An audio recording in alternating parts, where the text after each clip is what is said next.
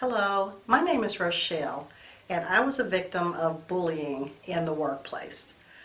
Some of the signs that I initially experienced were subtle. If I had reported it, it may not have meant much to others. The director would not appreciate any of my ideas, not accept any of my input into a project. He always seemed annoyed anytime I would even speak up and represent some very good ideas in a meeting. But then when the signs turned into more tangible things, then I became a little more concerned about what I was dealing with. Things like he would point his finger in my face. This is a guy that was at least 6'4", 280 pounds. He would lean over me and speak to me in a very demeaning manner. What it would do for me, how it would affect my performance, is that it just made me on edge. Every single day that I went into the office, I was completely stressed out. I couldn't focus, I couldn't concentrate, just knowing that all the work I was putting into a project wouldn't be appreciated in the end. The action I took really was a result of the second finger pointing incident. We were in a public place. We were actually in the Atlanta airport, and he was forbidding me to travel with them to see my customer, a meeting that I had set up. He pulled me to the side and he pointed his finger in my face again.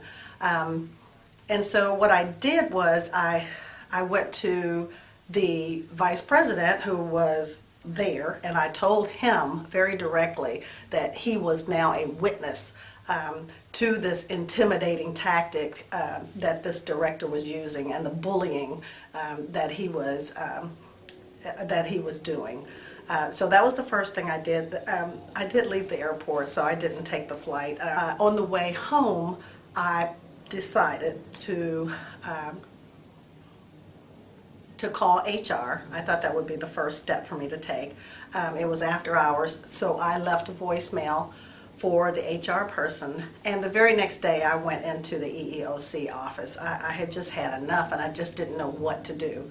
While I was there at the EEOC office, they played a video in the lobby about hostile work environment. And everything that they had in that video was my life at the time. So we were able to use that language and what we constructed as basically a temporary restraining order. It was a document that said that that director could not be in the room alone with me at any given moment because that's when he would act out. The company at the time did not have any language or policy or anything on bullying. They may have had something on sexual harassment, but that was just going to open up a whole nother can of worms that I just did not want to deal with. I couldn't get any of the other women in the office to work with me on that one, and he would focus his attention on the women to intimidate us. So I eventually left that company and worked for a sister company, but at that other company I wasn't exposed to him on a daily basis. So that's pretty much how I resolved the issue for me.